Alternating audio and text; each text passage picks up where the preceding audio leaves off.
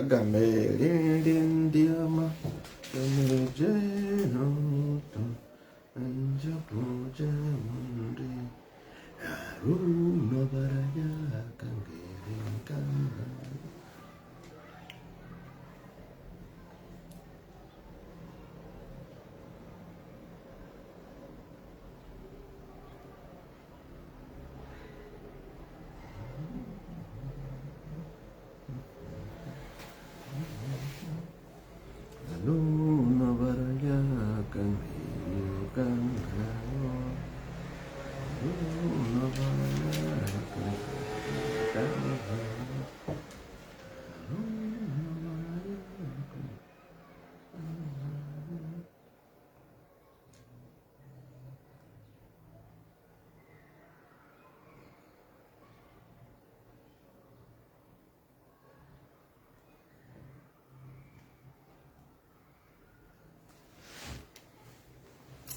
Nwanne ya dịrị gị na mma. Enwere ebe m na-achọ ije na ntị ka m nkwupụta destin before m pụọ because nwere ike m pụọ mụ amazi mgbe m na-abataghị.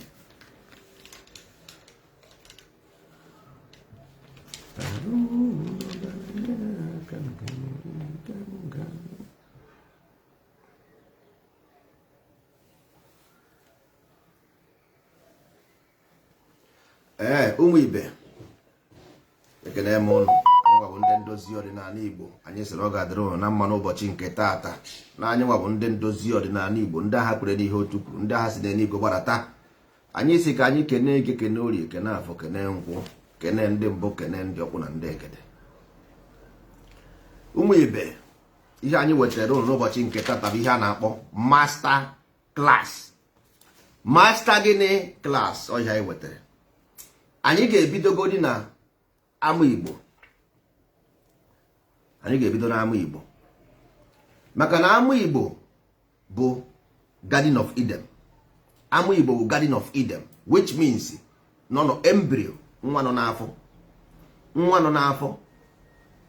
In life, ihe ọ bụla anyị ga na-agwa na ebe a, because our people enwere goal, they have no goal, they have no target. Because before you do anything in life, you must have goal. Ị ga-enwerịrị, because that's why ndị na-agba bọọlụ na-agba bọọlụ ebe ha na-achọ goal. Ndị na-agba ọsọ na-agba ọsọ ebe ha na-achọ goal. Ndị na-anya moto na-anya moto ha na-achọ that last line. Ndị ọsọ last line, ndị bicycle last line. All of them bụ na last line aha ka ha na-eje. Everybody. Ị gaa na politics, eje ime interview, ajụọ ha ajụjụ, ọ bụghị ihe ahụ onye agha ka ha na-akpọ ya presenter jụ ka ọ ga-aza. Ọ bụ ihe o ji maka ya bịa die ka ọ ga-aza gị. Ọwụ presenter na-achị, all the politician na-achị, and the politician na-achị ndị mmadụ. So whatever ihe ọ sọkwa ya bụrụ ihe that moderator ga-ajụ, politician ga-aza ihe o ji maka ya wee bịa to project the message o ji maka ya bịa. That's it, whether you like it or not. Ọ ihe presenter, ọ ihe the presenter ga-aza, that is onye bịara abịa. Ọ bụrụ na Igbo na-anụ, simple means child in embryo, child underdeveloped, you are not developed already. That is why God ji si Adam na paradise. Ọ gwara ya na paradise, Adam erikwere mkpụrụ isi a because ka ụmụazị. Ị gaghị ata ose o ji edebere ndị okenye, because Igbo means child in embryo, not evolve. On the process of evolving ka ọ nọ. Ama Igbo means child in embryo. that's why ndị si gị na enwere ihe ị ga-emegide ka ọ wọkụọ, because number one, child in embryo means ala crude oil. Ala means crude. Ọ gabeghị, even na ọ gabeghị dị na n'orie, ọ ka nọ n'afọ nwa ebu n'afọ ịghọtago, ọ pụzie n'afọ o wee baa n'orie, ọ pụọ n'afọ wee baa Igbo bụ afọ, ama Igbo bụ afọ, nwa ebu n'afọ. So kedu ka nwa ebu n'afọ ga-esi aga ije? Ngwere na-agba ọsọ ma ejeghị ije, mana oke tụrụ ngwere ma mmiri, ọkọcha ngwere ọ ga na-akọcha oke. So number one godi, this amụ Igbo a na-ekwu okwu ya, you must understand, enwere ihe ga-eme gị nwee country. Na amụ Igbo there is no country there. Amụ Igbo means Garden of Eden, a child anaghị enwe ọgọdọ. No, you must live, ihe move. Moses moved from ọwụkwa n'Egypt ka Moses bụ ụzọ bịa, enwere ebe ha bụ ụzọ wee gaa before aga n'Egypt. From Egypt aga Canaan, from Canaan agabazie Jerusalem. So first of all, ị ga-ehapụgodo amụ Igbo aha to ama afara ebe a ga-agwọ na ebe refine, ebe ị ga-aga under refine, ka ejesa agha arụ. So ị ga-agụ akwụkwọ. Number one, ị ga-agụgodi ndị mbụ primary school. A sị gị na Igbo wu ndị mbụ primary school, Igbo wu ndị mbụ primary school, Igbo wu ndị mbụ amụ Igbo wu ndị mbụ primary school wu ndị mbụ. Ịgụsịa primary school, ịgụọ secondary school ndị ọkpụ. So ihe ndị mmadụ na, because that's why ị ga na-eme something today, ị naghị afụ reaction of ihe ị na-eme. Ọ bụrụ na ị naghị afụ, ị na-afụ ya but ọ dị wrong, the reaction ị na-enweta dị wrong. Ị na-enweta wrong reaction n'ihe ị na-eme. Upon that you insist doing it, you insist doing the same thing that is not favoring you. Absolute fact. You do something and the thing you are doing, you see it that is not working. That to show you that neo nwatakịrị. Ịdị okwewuru ndị ichie simple means graduate. That's why ji go n'oyibo a graduate go. That's why o ji wee wụrụ onye ọchọ graduate go. Oyibo a graduate go because ichie means graduate. Ọwụrụ ndị nọ na isi apịrị apị. Ichie mean graduate. Ị na-graduate, kedu ebe ị gụrụ akwụkwọ? Ị ga-graduate na Unizik ọ na Polytechnic. Ndị ahụ graduate. Nwanne ihe abụrụ graduate. Whenever the student is ready, the master appear. Whenever the student is ready, the master appear. So ị graduate ye, ị nwete country. Ị graduate ye, ị nwee country because is of the mind. That's why you lost 67, not because of the world hate you. It's because you were a child. Okoro erugheru were ọgọdọ ikuku buru ọgọdọ ya. Everything, Ghana, if you want to, anything you n'ụwa, you must go to school. That's why they say you must go to school to graduate. Before anything, you must go to school to graduate. If you graduate, then you start a business or a zuba ahịa, whatever you want. But you must go to school to graduate. All these things, if you understand them, life will become more easier for you. Igbo, amụ Igbo na-agba 60 degree. 60 km per hour ka amụ Igbo na-agba. 60 km per hour. So how are you going to have something under 60 km per hour? Ka ị ga-esi enwe something moto na-agba 60 km per hour, ịma ha condition ya 60 km per hour, ọ ihe unu na-eme 60 km. So that's why nwanne lee anya one thing ndị mmadụ ndị be anyị ga-ama the problem ha na-enwe. For example, ọ bụrụ na iwu footballer ihe ga-ataget kedu ihe dị mma ya, iwe striker, then you look for goal. ije mebe practice how to score goal, because for you to convince people all their mind ka ị na-convince ọ bụrụ anya ha. You want to convince their mind. If you believe in desire, you have a problem. Because if you have a desire, you must have a plan for the desire. You must have the objective focus. You cannot have desire without objective focus. No. You must have objective and focus for you to have a desire. Yes. So, if you are a footballer, you must specify in what do you do good. What ka ihe na-emeta ọfụma. Igbo defender, kill midfielder, kill striker. Then, game close, you go for training of what you do best. It's your country. Kedu ihe ọ request to have a country? Not everybody in Igbo land is a fool. No.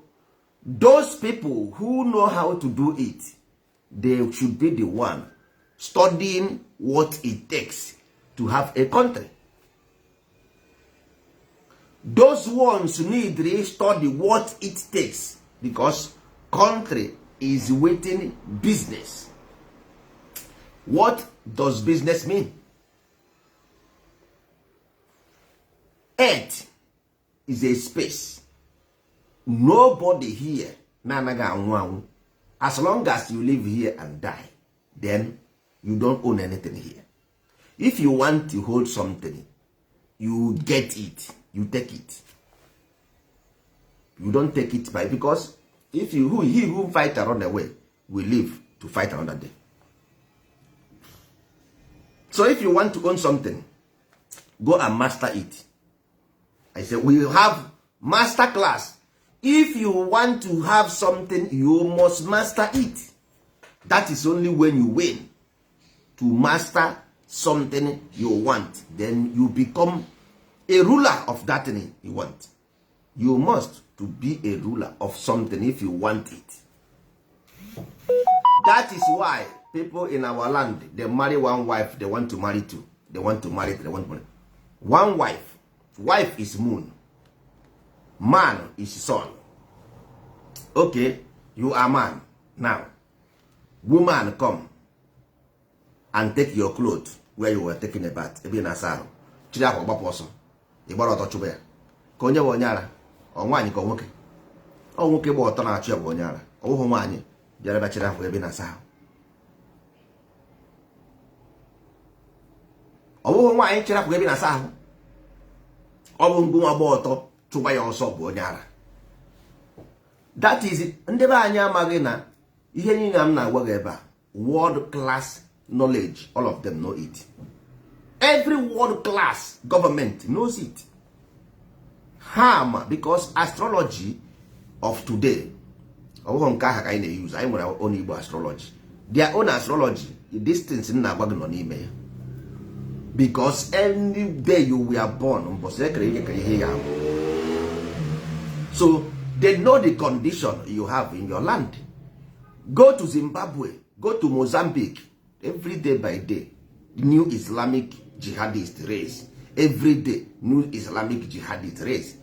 In Igbo land, they will raise jihadist. You got to go? They will not call it jihadist, they will call it whatever name, but it's jihadist. You got to? Unu na-asị ọwụ ndị Ebonyi bụ ihe na-eme datịrị, nsogbu adịghị. Ọkwa ndị Ebonyi, ndị Abakaliki, ndị ebe ọsọ ha dọrọ, mana ihe ama bụ no jihadist. You got that? So this thing you don't understand, that if you don't master, if you don't do your life, those people who are dead will come. I'm telling you, if you don't bury the dead, those sometimes they will tell you, those you go to pastor or dibia, they say you did not bury your past, you did not bury this, your ancestors. That one, if you don't bury the father, Amagien Yosu. ndị fada na-eni ozu n'ala Igbo ha ọma eni ozu ha ọma ihe anyị dere. Ndị fada na-akwa ozu n'ala Igbo ha ọma ihe ebe anyị niri ozu ha ọma ebe anyị debere ihe anyị dudeno. Ndị fada since ndị fada kwabara ozu n'ala Igbo ka ihe megoro what is happening since ndị fada kwabara ozu what is happening? Ọ na-akwa ozu ọ na-akwụ ọma ihe bụ ịkwa ozu. This man akụziri ka esi akwa ozu na seminarị. Oche n'ọwụ ka ndị ọcha si akwa ozu ka anyị si akwa ozu. Ọ dị same way ka ndị China si akwa, ọ dị same way ka ndị Indian si akwa. Everybody nwere ka ha si debe ihe ha. Asa na nkụ dị na mba na-eghere mba ndị Igbo nwere ka anyị si akwa ozu. Ihe niile na-eme na Igbo land today, all of them go and do your own research. All through ikwu ozu kọsọ ya.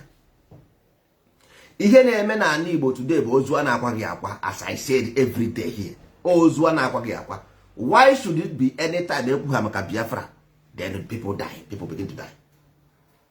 Ka ihe mere mgbe ọbụla ekwuru maka Biafra ndị mmadụ nwụba? Why? It should not be so. It should not be so. Orugo mgbe unu kwesịrị ikwu maka Biafra without dying. But why should it be? That means there is something wrong in the land.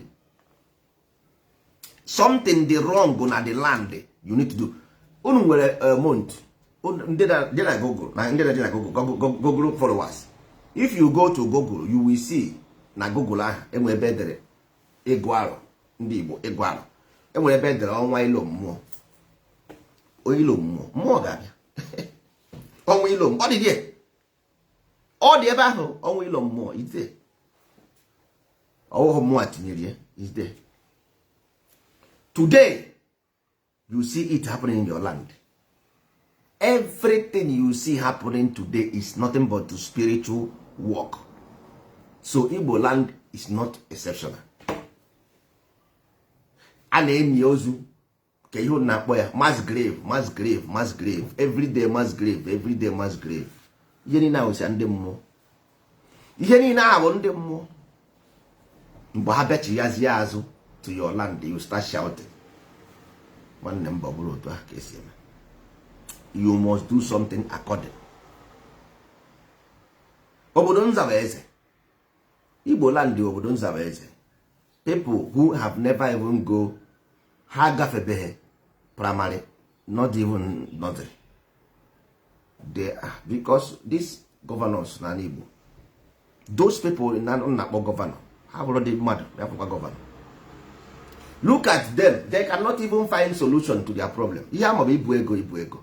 They cannot find solution to their own problem. Every day na-aga n'Enugu agbakọ.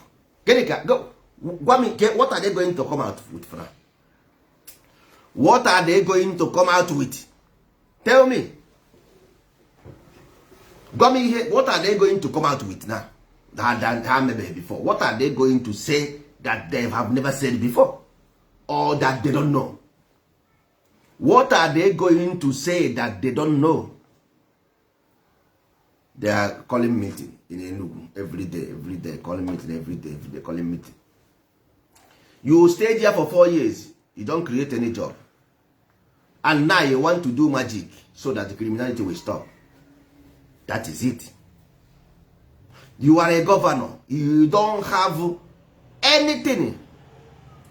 When they become governor, when was the last time we saw debate about the governorship election in Igbo land? When was the last time we saw debate, governorship debate, live openly, and take the best among the equals? Something himself. All this thing happens in your eyes. These people come and say they are governor. All of a sudden, they put this thing there. Now this na called Aoka. Una this na called Aoka. Una this na called Aoka. You want to imaginary if a child is born, once who has 7 good years, Akuziberiya value system, all value system and will be the executive power tomorrow. Because for him to be executive power, he must have the value. For him to be legislator, he must have the principle. It's as simple as that. For him to be a politician, he must have. It's as simple as that. You cannot be without having. For you to be a politician, you must have executive knowledge, and you must you must know it from child. You want to rule in Ali Igbo now? If you want to rule in Igbo land, you must know about Igbo story. You must know Igbo history. You must know Igbo culture. You must know Igbo tradition, so that you can be success in ruling in Igbo land. Because you must know what people want. You must know how they think. You must know their face direction. You must know where they are going. You must have a plan to develop and grow. You must have a plan of growth and development. You cannot just come tell me Abuja, Abuja. Abuja what? Igbo land is not in Abuja. What are you talking about? Igbo land is in Igbo land, not in Abuja. So if there is a project in Igbo land, then that now you see why I told you the government will not have much to say.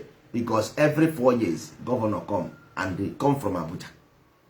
And most of them, if you go to their office, you cannot see them. They are in London or in Abuja. See, simple. So the only thing the people, you got to go. That tradition be a project. So this project is uninterrupted. Uninterrupted. Any governor of Nabiarano, he will cook up. That is only when you have long-term development in Igbo. If not, you are just wasting your time. The only way you have long-term development in Igbo when you have uninterrupted progress, growth, and development. If not, no way. Because Governor Bia, if governor come today in Igbo land, they came from Abuja, and their loyalty is in the person because you don't know that people finance them. People finance them. To do politics in Nigeria, all do too much money. People finance them. They do a lot of mortgage from here and there. So once they go in there, they will begin to pay the mortgage they hold. Before what's your mortgage or their tenure will expire. Then go another tenure again, take another mortgage to do the second time. They will pay mortgage again. Well, that's why they gave them money to do your own work. They will use it to pay mortgage. You got that? So it cannot work that way. This way you have tried it. The only what you will do is to cry no underdevelopment, non-development, marginalization, crying, hungry. This is not going to work. The only thing that will work is mind mastery, the master class. Go to school, become a master minder. Then you become self-professional. You become self-employed. Then you can make a decision for yourself. Anyị nwa na onwe anyị collectively can bring a project, finance our project. If government or governor is interested in this project, we can sell the project to them. We can design a developmental project based on Igbo ideology, Igbo methodology to develop Igbo land. If you don't have the methodology to develop Igbo land, you cannot do it. You can't. If you try it, you fail. You don't know. Even your mother, if you say I'm lying, go to your mother and tell mama, from today I am going to Assemblies of God.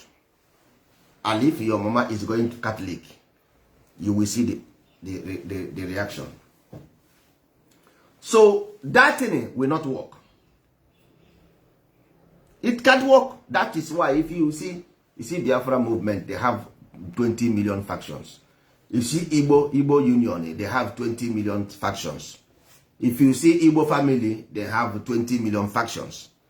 Why? Simple because they don't know what we call Igbo methodology. They don't have it. The only solution is this methodology, growth and development. Based on that methodology, if not, you waste your time. You are not living in isolation on this earth. You live with people, you interact with people, you trade with people. You are not alone here. So you don't behave as if you are alone. Those people who did it, go to Somalia and see their condition. Go to Congo and see their condition. Go to Cameroon and see their condition. Go to Zimbabwe. Go to Mozambique. Even go to South Africa in Soweto and see their condition. You cannot live in isolation if you want.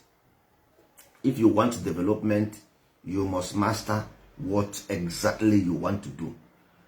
We, anyị nwa na onwe anyị gozie no hi oga agbara m aka mbe. We are working for children entertainment program. Because you cannot just stay, you don't have children activity. It can't work. You nweghị ike inwenwu a brighter future without activity of children. You must have children activities. I am not telling you to go and do it. I say we are doing it already. We are working on it. You got that? We are working on it. Anyị ga-enwe children activities, different activities. Anyị ga-enwe religion of our own. Anyị nweburu, we have ọdịnala Igbo. Ọdịnala Igbo bụ odinago, ọdị ya n'ala, odinago ala. Ọwụ ngụnwa is you, is your choice. But we will teach you how to do this thing. It's based on mind. A na-akpọ act of life. We call it the art of life. This is only thing that can make you succeed. Without religion, you cannot succeed. Only thing you call this what you go on Sunday religion. That is not religion. What you go on Sunday is faith. What religion is not faith. What you go on Sunday is called faith. It's called hope. It's called belief. It's called worship. It's called tithe. It's called offering. And it's called prayer. It is not religion. Religion is of awakening the blindness of the mind. That is what you see when you see the moon scatter into pieces after the moon come again together and become one body. That's why they bring the oriri dia so. Father were ya gbajie ya otu a. Mgbe o were wote nke nwe nke buru ibu o wetere before. That is anyanwụ. O mesia gbajie dị anyanwụ even na ọgbapisie pieces. Ọ sị gị na anụ nke a rienu ya unu niile nke abarụ m ka a ga-eduru nya maka unu. Ịghọtago? Ọya ori ya ọ gbajiri otu a ọja bụ anyanwụ ahụ baziri n'ime anị ghọrọ ọnwa. Ịghọtago? Gbalisie into pieces.